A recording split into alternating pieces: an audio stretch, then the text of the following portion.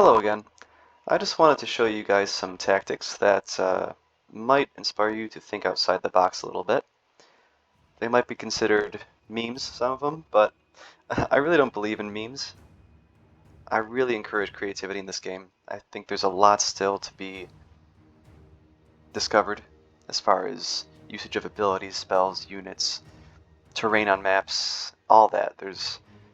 It's up to us to really flesh out everything this game can offer. So I'd much rather play an army that I really like and make it work than copy something that I saw online because I know it's good. And I just encourage you to try out fun stuff every now and then. Winning's great, but really put yourself into an army. Trust me, it feels great when you eventually make it work like you want. Even if you lose, as long as you have a good fight and you control this army the way you intended it, it'll feel like it's yours, and it's rewarding. Things that are worthwhile take a while. This did not work at first. This all lady themed army. Got the Sisters of the Thorn here, Ariel's personal retinue, and then just a whole host of war dancers, blade singers, war dancers, the Eyes of Our Spear version, which run pretty cool. The Regiment of Renown version of them, the Tricksters of Loic, which are badass. Really love the Regiments of Renown in this game. You put them next to the regular version of the unit, and some of them are just so cool looking, like these Tricksters. And you can make whole armies around the cool abilities they bring, such as these Tricksters having Loic Shroud, which gives bonus to move speed, as well as stealth. And this Spellweaver has an ability that does a similar thing, Loic's Blessing. So you can stack them because they have different names. You can do that with any ability in this game that has a different name. Stacking is good. And even though this might be meme-ish, I just want to show you anyway, because you can make this stuff work. This is just an AI army, but I'll show you that, I made it work here. So let's just get to the point where it happens. I want to show you the stacking of that ability, as well as something that I like to call bird bait, which I discovered when I was facing a Beastman army one time. They were just outrunning me. I don't like to use a lot of ground cav, it's harder for me to manage. I love air cav, so I had a spell Singer of Life on an eagle. I charged down, and they swarmed me. I cast Awakening of the Wood, backed out, because the Awakening of the Wood slows them while doing damage, and my whole army caught up with them. It was great. I'll show you that here. So first, the Tricksters are getting the double stack of the Loic's speed there. So right now they're moving 69 speed. That's like, I don't know, probably as fast as some heavy cavalry units. So they'll charge into the Centaurs here, moving almost as fast as them. Some will go flying like a mile, but buff them up with the Sisters, and they're going to win that fight for sure. And this is the bird bait. Dive into, you want to target units that don't have a ton of armor. Gore Herd is a great target because they're good. They deal a lot of damage, but they have low armor. So you get in there. Don't need to be taking that much damage, but I was focusing on that, So you get in there, throw down that Awakening of the Wood, and get out, because they're all going to be slower now.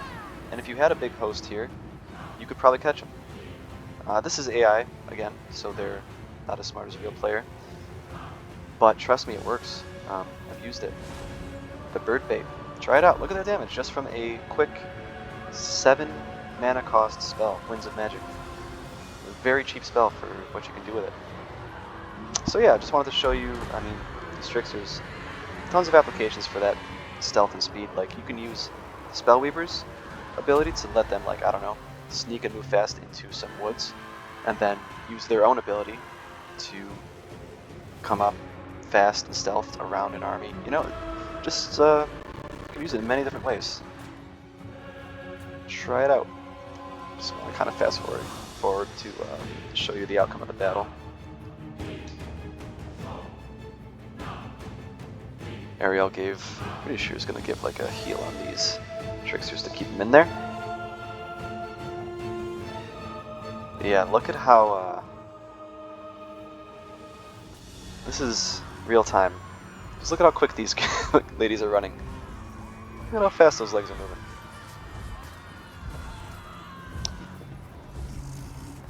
So of course my first example here had to be Wood Elves because they're my favorite, but let's move on now. I've got a couple other things to show you. So quick. Okay. Next I want to show kind of a map feature. A little bit cheesy maybe, but who better to showcase the cheese than the cheese master himself, Tretch Craventail, the professional coward. And also, don't sleep on these quote-unquote meme lords that you should never use. Take that with a grain of salt when you hear that. This guy has a lot to offer. So does every legendary lord. Every lord, for that matter, I think. Everything has a purpose, a creative purpose at least. Like I said, not everything should be so obvious at the start. But Tretch, well, first of all, look at this map. The Steps of Isha, Shining Summit. I think you can only access this in free-for-alls. This is like a statue of Isha, and you can literally put a unit behind there. You can't see it unless you go from the side. So you can just hide someone back there. This is a physical barrier too, so any like cannon shots will be blocked by it. And Tretch is hiding in there, of course, behind Isha's cloak. Orion would be jealous. You could put him here too, because Orion has Vanguard, and then you would have 2 Cloaks of Isha. But anyway, besides that, I want to... Well, they were together, but not anymore. I just want to show you, or tell you, if you're not, if you haven't seen it too much, when you have a Foot Lord and monstrous units like this, larger units, I think it's a really good idea to keep them together a lot of the time. Not really demonstrating it well here, but you know, this for example, the Rat Ogres, you put this Warlock Engineer in the midst of them, and if they're surrounded by enemies, he's kind of protected by their mass, you know, he can't be surrounded. And a Foot Lord like this, it's great to do that with because he has the Warpstone armor, which causes, you know, just damage over time to all units in an area, which is great. You know, he's being protected by the Rat Ogres and just melting everything around him. So that's a great application, but not every faction has access to units like these. You know, I like to put a Spellweaver on foot for the Wood Elves in the midst of some Treekin, but, you know, I don't think the Empire really has, for example, a monstrous unit or Bretonia. But, you know, a lot of factions do, and I recommend if you're using Foot Lords to kind of keep them in the midst of these large units. It keeps them safe. I've even had a Waystalker, you know, stepping out from behind a Treekin, shooting an arrow, stepping back, and keeping safe that way. Yeah, just if you can, I recommend trying that out. It's saved my Foot Heroes a lot of times. I really just wanted to make that point and to show you this little kind of terrain piece here that, who knows, maybe you can use that to escape some sniping or something. I don't think that's a very unfair thing. I mean, come on, that's not that useful, but you can only fit like one thing behind there. But, you know, I discovered it one day just because we were fighting around here and units were walking through it, so I now share it with you. With great knowledge comes great cheese. So anyway, this, I'm not going to go through this whole battle. It's pretty long, but oh, I will show you this though. I've got some Poison Wind mortars, which are just disgusting, and this guy's Skaven army, is just lobbing into me, getting wrecked. His own Deathwind globes are hitting his own units. It sucks, I've been here feeling bad. But, man, if he had Tretch like I do, you could stealth this whole army. I mean, for being considered a bad lord, this dude, come on, he brings some stuff to the table. Not only is he hard to kill, Master Coward, like I said, this ability gives an AoE stealth to... Yeah, it gives an AoE stealth. You can use it 3 times. Imagine stacking that with an Eshin Sorcerer who can do the same thing with a Skitterleap spell. You overcast Skitterleap, and it gives stealth to an AoE. You stack those together, how long does that last? 31 seconds? I don't know how long Skitterleap lasts, but... So you probably have like around a minute of stealth army. This guy could have stealthed his whole blob and I would not have been able to melt him like that. That being said, you can fire artillery and stuff like that. I don't know if those poison wind mortars can do it, but you can fire artillery definitely at the ground. That's another useful thing to tell you if you didn't know. With an artillery unit, I think if you hold Alt and right click on the ground, you won't see like a little symbol or a cursor or anything, but the cannon or what have you will just start firing at the ground, which I mean is useful against stealth tactics.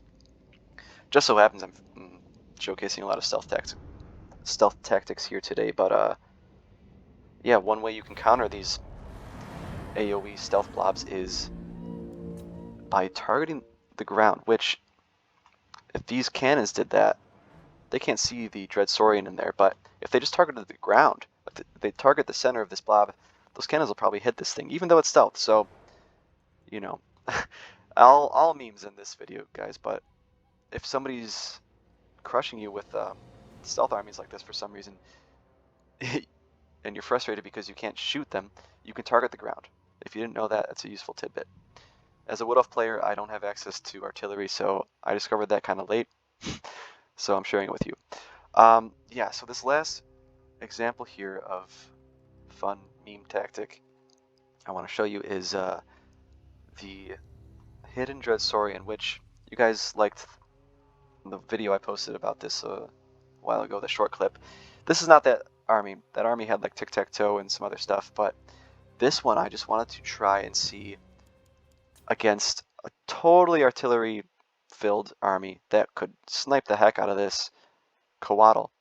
I want to see how much we can stack buffs and protection on it to get us there quick and before this Coatl gets shot down, because there are, you know, tons of cannons and several Luminarchs in this army. I was gonna go dwarves, but I really wanted to include the Luminarchs for those solar beam lasers. So what do we have over here? We have, well, this is just the meat that I want to get in there, the Feral Dread Saurian, but everything else is, apart from their combat potential, they have things that can protect this Coatl. The Bastiladon Revivification can heal it, of course. I have a Slann Mage Priest, the light magic version.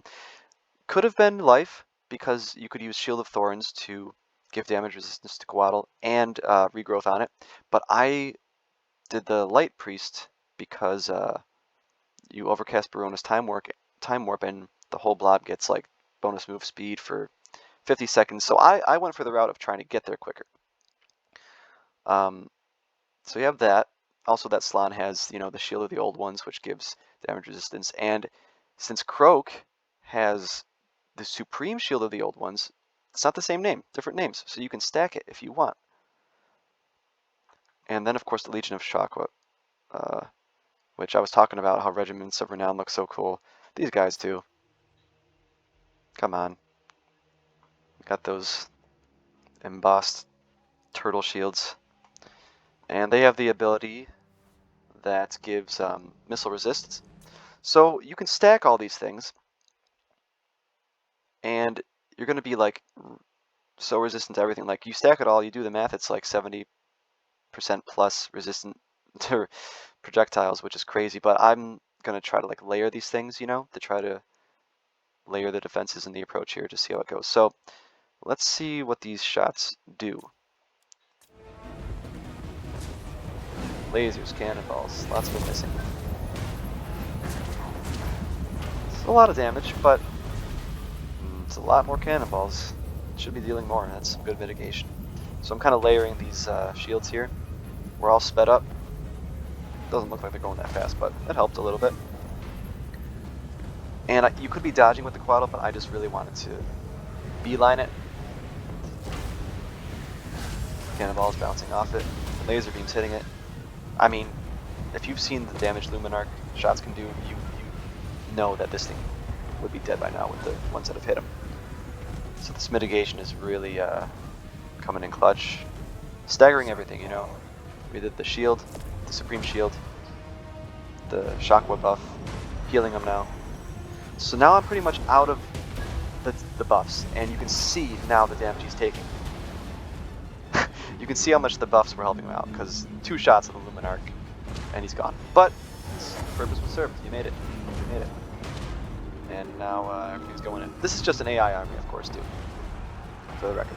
And he's going to come back, and you're going to get all his spells. Well, maybe. Oh, boy. Oh, yeah. Not aiming at him anymore. So, like I said, you can put a Slan of life in there, too, to heal him, but the speed, I think, was cool. So I'll just kind of end the video out by showing you this little battle here, maybe. But also, take note that all those buffs that were just used to protect this model, I mean, it doesn't just hit. Think about the other applications of that. You don't have to field a stealth army to use it. You can just have, like, whatever army you want and maybe a Stegodon or something, and you can stack all that shit on that Stegodon. You can give him 2 shields of the old ones. You can literally put his damage resistance close to 100%. So, pretty cool. Hopefully, some things you saw in this video will inspire you. You will get your creative juices flowing. And I'd love to see some of the stuff you guys can come up with out there in multiplayer. Because, man, I've been inspired by some really cool armies just from random people I face online. And I owe a lot to them, and I wish to continue the cycle of creative influence, so please try some stuff out. Have fun out there, and thanks for watching.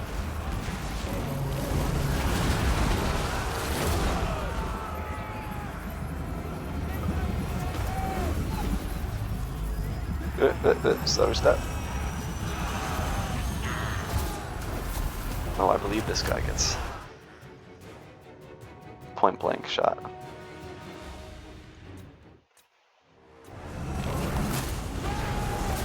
Oh! Goodbye. Okay guys, take it easy.